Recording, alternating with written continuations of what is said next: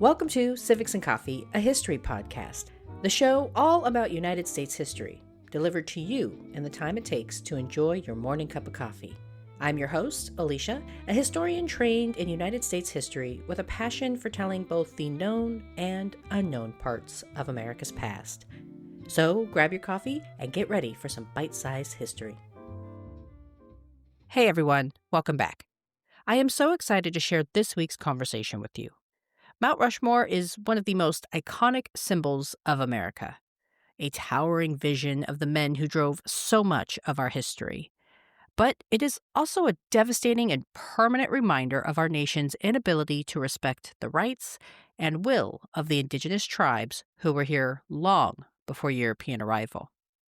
So I was immediately interested in speaking with Matthew Davis about his upcoming book, A Biography of a Mountain, which explores this complicated history and what it means in our current moment.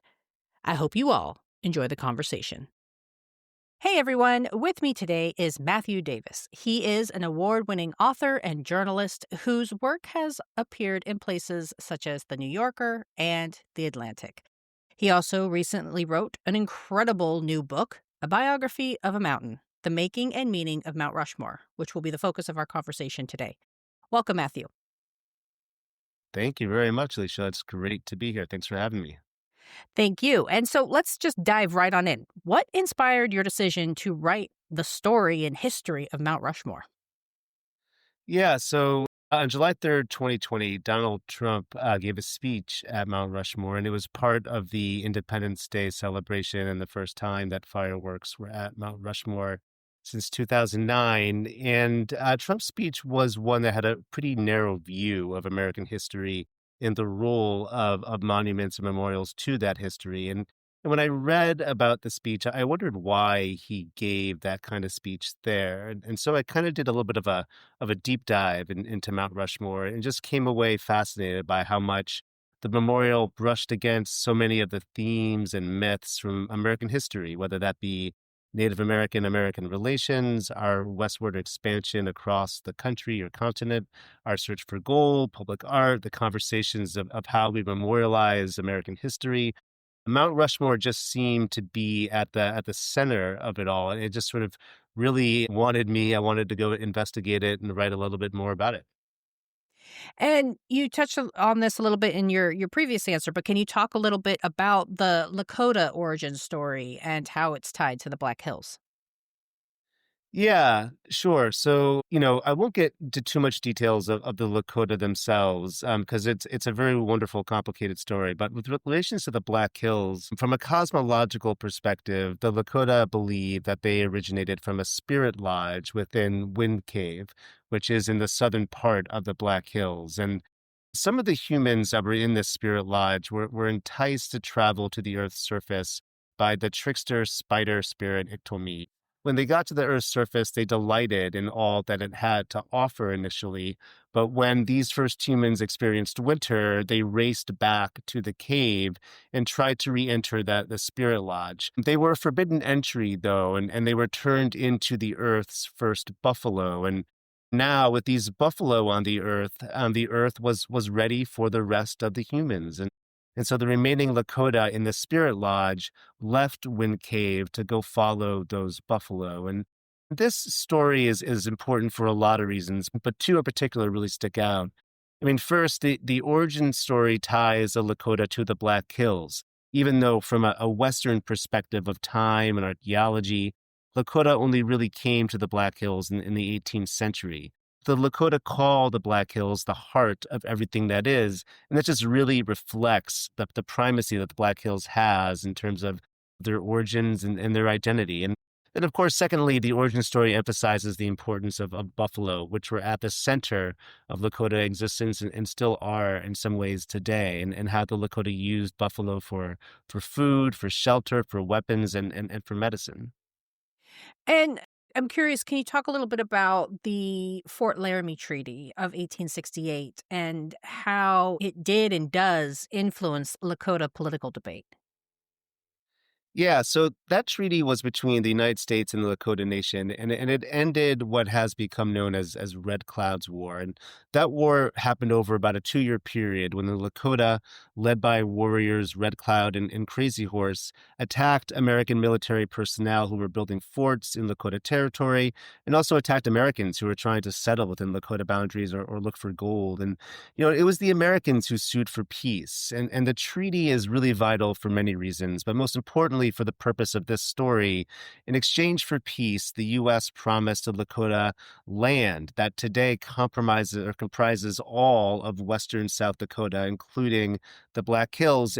No American could enter that land unless they were an official representative of the United States government. And it was a treaty that was violently broken by the United States less than a decade after it was signed, when the U.S. took over the Black Hills, which of course is where Mount Rushmore stands today. And so the Lakota claim that the land that Rushmore stands on is theirs, that they want land back, that the tribe is not just talking only about cosmologically or spiritually, they're actually talking about legally. And the U.S. Supreme Court has agreed with their claims. It ruled in 1980 that the U.S. broke the Treaty of Fort Laramie and that the U.S. must pay the Lakota Nation for that theft. But the Lakota to this day will not accept that money, and instead they want the land back that was taken from them in 1877. And so this treaty and its breakage and the desire for the land back is really at the center of Lakota political identity and consciousness. Yeah, and there's also so many different historical members that are tied to Mount Rushmore, one of which is General George Custer. So, how did he contribute to the history of Mount Rushmore?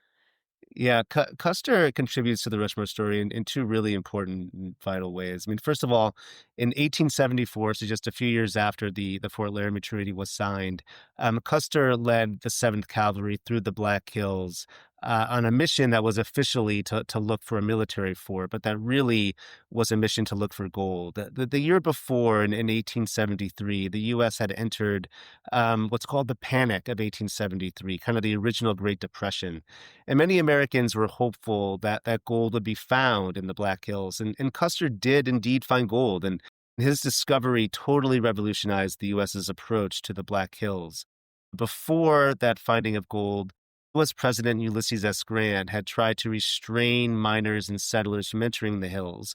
But after the discovery, he kind of gave up and instead turned his attention to trying to make sure that all the Lakota resided on government run reservations and agencies so that miners and Americans could come in. And those who refused to reside in agencies would be rounded up and forcibly placed there. And that was Custer's second vital contribution. In 1876, he led the 7th Cavalry in efforts by the American military to round up those Native Americans who refused to locate to reservations. And in June of 1876, Custer's 7th Cavalry found thousands of Native Americans on the banks of the Little Bighorn River in present-day Montana. And the Battle of Little Bighorn, or the Battle of Greasy Grass, as Native Americans call it, completely changed the trajectory of the Black Hills. I mean, Custer and his men were largely wiped out during the battle, and Custer himself was killed. And the U.S. government learned about the defeat of Custer as it was celebrating the centennial of the United States. Many Americans became enraged, and those emotions sparked the impetus to break the Treaty of Fort Laramie and to treat Custer like a saint or a martyr. And so in many ways, Custer's actions led the U.S. to forcibly take the Black Hills, setting the stage for the construction of Mount Rushmore. Yeah, and one of the main characters to the story of the creation of Mount Rushmore is a man whose name I am probably going to butcher, so I'm gonna throw it out there now. So, can you talk a little bit about Gutzon Borglum and his Yeah, role in the that's creation of Mount Rushmore? Yeah, that's really close. Great, great job, Gutzon Borglum. Borglum, of course, he was the primary sculptor of Mount Rushmore, and it's really his vision that sits atop the mountain today, both artistically Yeah. and politically. And Borglum was a really fascinating, complicated character. He was a great artist, truly. I mean, he could paint, he could sculpt, he could draw. He was the son of a Mormon immigrant from Denmark who was born in the American West in a small town in what would become Idaho. And Borglum grew up in St. Louis, outside of Omaha, and in Los Angeles. He had limited formal education, and so he was very much kind of a self-made artist and a self-made man. And largely because of that, he had a great deal of confidence. He had a strident personality and a massive ego, and he was really tough to get along with and work for, especially if you got in his way or contradicted him in any way. And Borglum had a really wide range of political views. And, in many ways, he was for the little man against large systems, whether those systems be governments or, big artistic organizations or corporations. He really idealized the American farmer, for example. But, he was also really virulently anti-immigrant and anti-Semitic and suspicious of people and ideas from certain parts of Europe. But, overall, Borglum was a great believer in the primacy and supremacy of the United States and its form of government, and that's what he really wanted to express at Mount Rushmore. Yeah, and one of the things actually I was surprised to learn in reading your book is that Mount Rushmore's story is tied to another mountain monument in Georgia. So, can you talk a bit about Stone Mountain and how it's connected to Mount Rushmore? Yeah, sure. So Stone Mountain is the Confederate memorial that exists just outside of Atlanta. And it's also the place where the Ku Klux Klan was reborn, 1915. And the Klan was deeply influential in the initial building of the Stone Mountain Memorial. And Gunther Borglum, the sculptor and designer of Mount Rushmore, was the first sculptor of Stone Mountain. He went down to Atlanta in 1915 and would spend a great deal of time there over the course of the next decade, living there with his family and making close friends there. I mean, he became deeply enmeshed in the KKK, though there is no proof that he actually joined and became a member. He offered advice to the Klan. He advised them on national policy. He introduced their leaders to national politicians. And he generally agreed with many elements of their platform, which, to be fair to Borglum, was not completely unusual at this period in American history. That the Klan was actually rather mainstream, though Borglum's, racism, his xenophobia, his anti-Semitism was really on full display during this period in Atlanta. But, at Stone Mountain, Borglum learned many of the techniques and skills that he would use to carve Mount Rushmore. I mean, he learned how to work outside and on a mountain. He learned how to use dynamite. He learned how to work with local stakeholders for a national project. He learned how to lobby the federal government to gain support, financial support for massive projects. But ultimately, Borglum was fired from Stone Mountain because of disagreements with the Ku Klux Klan and its leadership. And he was devastated. I mean, this, for the rest of his life, was the project that got away. And it just so happened that right before he was fired, he had received a kind of a tantalizing telegram from South Dakota about the possibility of building a sculpture in the Black Hills. And now, with Stone Mountain no longer a possibility, that really raised the stakes for Borglum at Mount Rushmore. I mean, he wanted to build a national political memorial, and he knew that he could not fail this time. And so for practical reasons, ideational reasons, and really existential reasons, Borglum's work at Stone Mountain deeply influenced his work at Mount Rushmore. Yeah. And another character that you dive into is Jonah Leroy Robinson. So, who was he and what was his role in the development of Mount Rushmore? I'm so glad you asked this question because this is actually one of my favorite parts of the story because it's so little known. So Jonah Leroy Robinson, who was called Doane Robinson, he was the state historian of South Dakota, and he was a bit of a Renaissance man. I mean, he was a lawyer, he was a journalist, he was a writer, he was deeply interested in Lakota history, and actually wrote one of the first books of Lakota history. He was interested in the kind of alfalfa that farmers used. He was interested in the design of the state flag. In the 1920s, Doane Robinson became very interested and concerned about the South Dakota economy. During World War I, commodity prices in South Dakota had skyrocketed because the European agricultural system was devastated. And but after the war, when the European markets began to heal, the markets in South Dakota began to crash. And Robinson really wanted a way to diversify the state economy away from agriculture and towards tourism. And so he came up with an idea to build a huge tourist attraction in the Black Hills that would attract the increasing number of car tourists that would be driving across the West. So he wanted to build a sculpture in a part of the Black Hills called the Needles. And he wanted these figures to be representative of the American West, of Red Cloud, Lewis and Clark, Sacagawea, George Custer. So that was his initial idea. But when he asked Gutzon Borglum to carve the statue, that idea grew from a tourist attraction into a memorial of great political importance. Yeah. And how is President Calvin Coolidge involved with Mount Rushmore? Yeah, so Coolidge was president of the US when the idea of Rushmore was being developed. And in 1927, the White House was badly in need of repairs. And so Coolidge spent that summer in the Black Hills. He was an avid fisherman, and the Black Hills has some really great trout fishing. So he went there. And at that time, Rushmore was really struggling. There had been an initial dedication of the memorial on October 1st, 1925, which is what the book is meant to celebrate that centennial. But besides that dedication, there was no money and there was no work being done.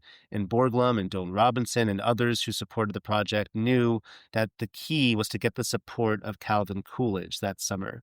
So they convinced Coolidge to officially dedicate the memorial and give a speech there, which he did on August 10th, 1927.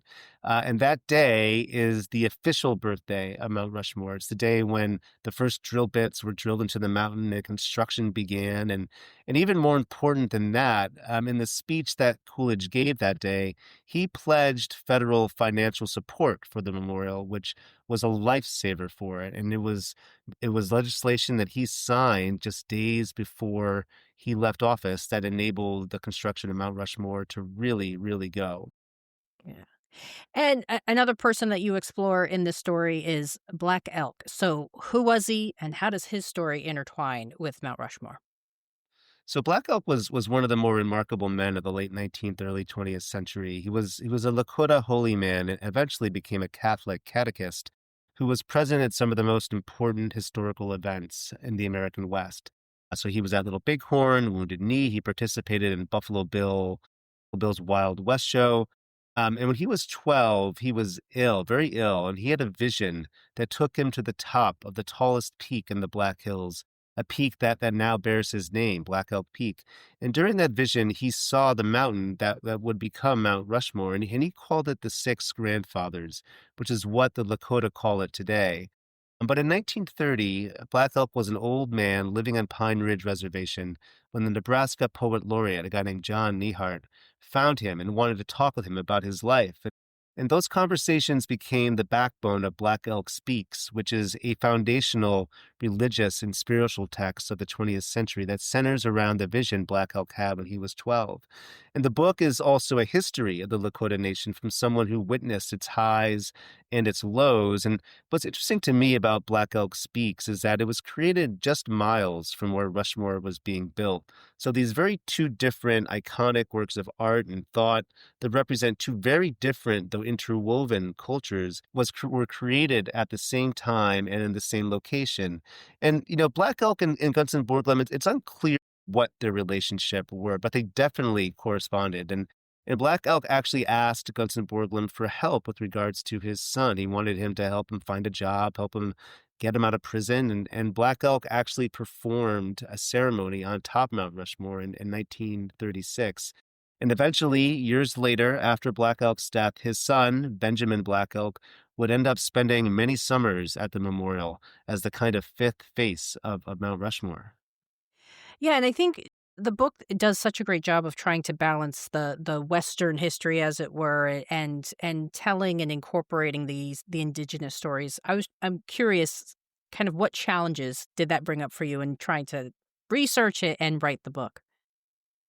Yeah, that's a great question. I mean, the challenges were a lot of the subjects that I was writing about have volumes and library shelves of material written about them, and so it was sort of looking through all those and trying to figure out what was important to this story, while also Yeah. diving into different archives across the country that could help tell the story in different ways. And so, for example, the correspondence I was just telling you about between Black Elk and Gutzon Borglum, those are letters that were actually given to me by Gutzon Borglum's granddaughter that have never seen, the light of day before. And it was also, spending a lot of time in South Dakota and meeting people whose histories are intertwined with this story. I mean, I'm not from South Dakota. I'm not Native American, but I was very fortunate to meet some wonderful people in the state, in the area, that really helped me understand not just the histories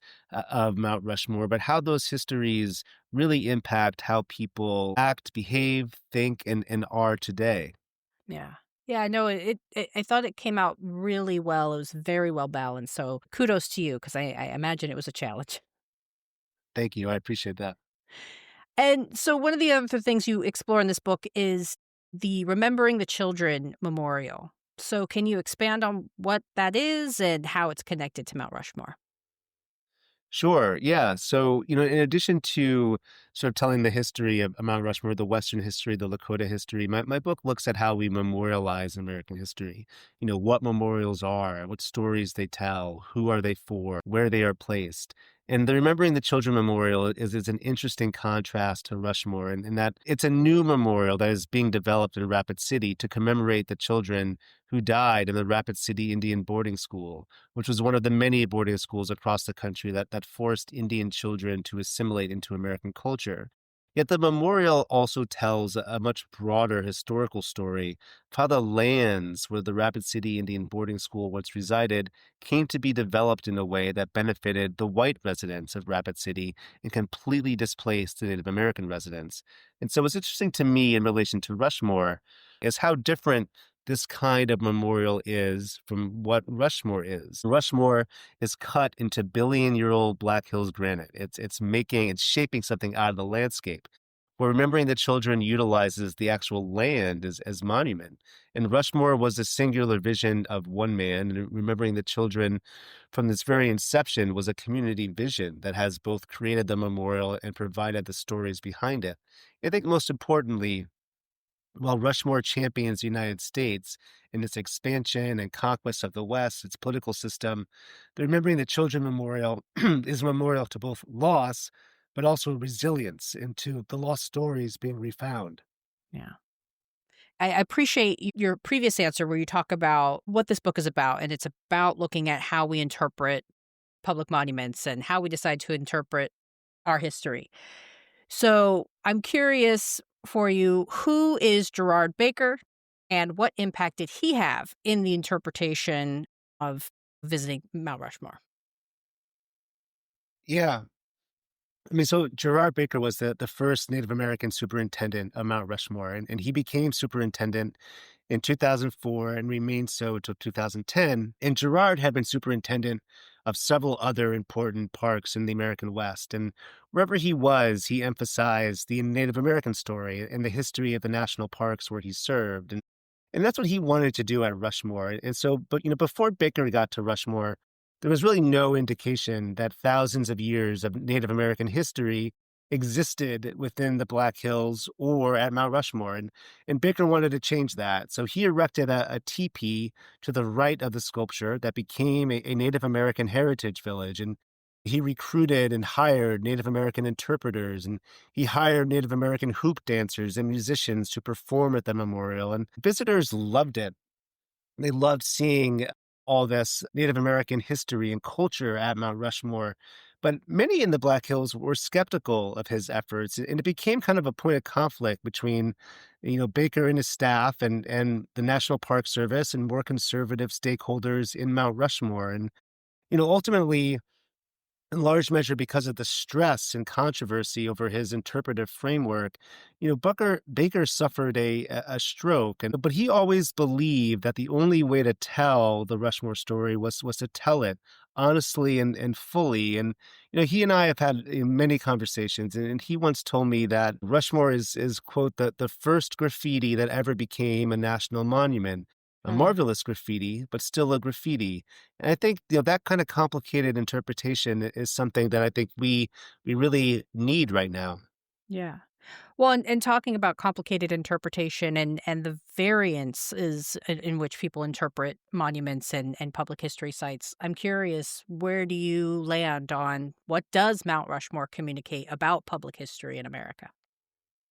that's a great question, and it's like it's foundational to the book that I wrote, and I think one of the things I love about this question is that there's no easy answer to it, and Yeah. it does not communicate one thing, and that's why it's so fascinating to me. I mean, so for for many Americans, especially veterans, Mount Rushmore is a memorial to patriotism and to the strength of the United States, right? And for many Native Americans, it's a really problematic memorial that seems to celebrate, manifest destiny and genocidal policies, and it is a deep reflection of what was lost more than what is a celebration of the United States. And I think, Rushmore has always been a reflection of its times, and its meaning has always evolved, just like the meanings of all memorials and monuments evolve. And that's how it should be. And today is no different, right? I mean, that the Trump administration has used Mount Rushmore as the focal point to tell a certain kind and brand of American history, like one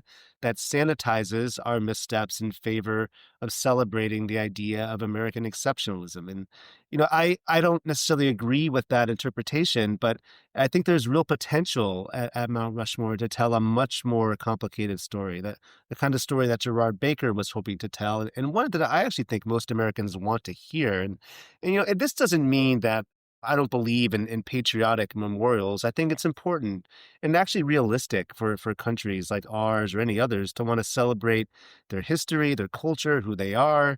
No, I just don't think that those kinds of memorials should be built on the sacred land of people who you have negatively impacted, who have been negatively impacted by that history. Yeah. Well done and well said. So, where should people go when they've finished your book and they want to learn more about Mount Rushmore? Well, they should go to the Black Hills. They should go to Mount Rushmore. They should go to the Black Hills. The Black Hills are a beautiful area of the United States, which I was very fortunate to spend a lot of time in and reporting and researching this book. So they should go there. And there's not a ton of great books about the memorial itself. I think I've really been able to sort of hit this market where there's not a whole lot out there about Mount Rushmore. But there's a lot of stuff out there about many of the other historical threads that are in the book. And so it's a great book called Lakota America by a Finnish historian named Pekka Hämäläinen, whose name I think I am mispronouncing. And that's a real comprehensive book about Lakota history. There's one of my favorite books is a book called Son of the Morning Star about George Custer, which is just tremendous. And there's a great biography of Black Elk called Black Elk by a writer named Joe Johnson, which is a great biography of Black Elk, but also touches on many of the historical elements of my book. And these are books that tell about the forces that led to Rushmore's creation. And then if you really want, a really great film that's not about Mount Rushmore, but that features Mount Rushmore, Alfred Hitchcock's North by Northwest is amazing in its own right. And one of the reasons why I love it is because it's really the first time someone is really interrogating the meaning of Mount Rushmore through his plot and his characters and the themes of this movie that he created. And where should people go to learn more about you and your work? Yeah, thanks for that. So I have a website, matthewdaviswriter.com, that you can go visit, and I'll be producing a Substack here shortly called About a Place that will look at and promote the book, but also look at the issues that the book centers on, sort of how history has great impact on the present and how the present has a great impact on the past, and how that sort of converges in different locations. And I'm also on Blue Sky right now at Matthew J. Davis. Wonderful. And so we've talked a lot about the book, but I feel like also we've only scratched the surface. So, is there anything we haven't discussed that you want future readers to know? I don't think so. I think we've done a great job, and I really appreciate being on here. It's been a wonderful conversation. I encourage all of you to buy the book. It really is. I think one of the things that I didn't realize when I was reporting this book is that I thought it was a book about the past, but because of the way that our country is right now, it's really a book about the present. I think that has something that has hit home with me as the Mhm. writer of it, and for many readers as well. Yeah. Uh, I can definitely add to that that the book is very well done in that it connects the past and the present in a new and engaging way. So well done in that piece because I know that's a hard thread to put through the needle. Thank you. I appreciate that. You're welcome. So, to all the listeners out there, be sure to snag a copy of A Biography of a Mountain. The book is an engrossing look into one of the most famous American landmarks and offers you a whole new way to appreciate and understand the monument ahead of its centennial anniversary. So, thank you again, Matthew. Thank you, Alicia. It's really wonderful to be here with you. My thanks to Matthew for coming and chatting with me. If you want to learn more about this history, then make sure you pre-order your copy now. A Biography of a Mountain releases on November 11th. Thanks, peeps. I'll see you Saturday. Thanks for sitting down with me as I explored this chapter of American history. If you liked what you heard, be sure to subscribe and share with your friends. I look forward to our next cup of coffee together.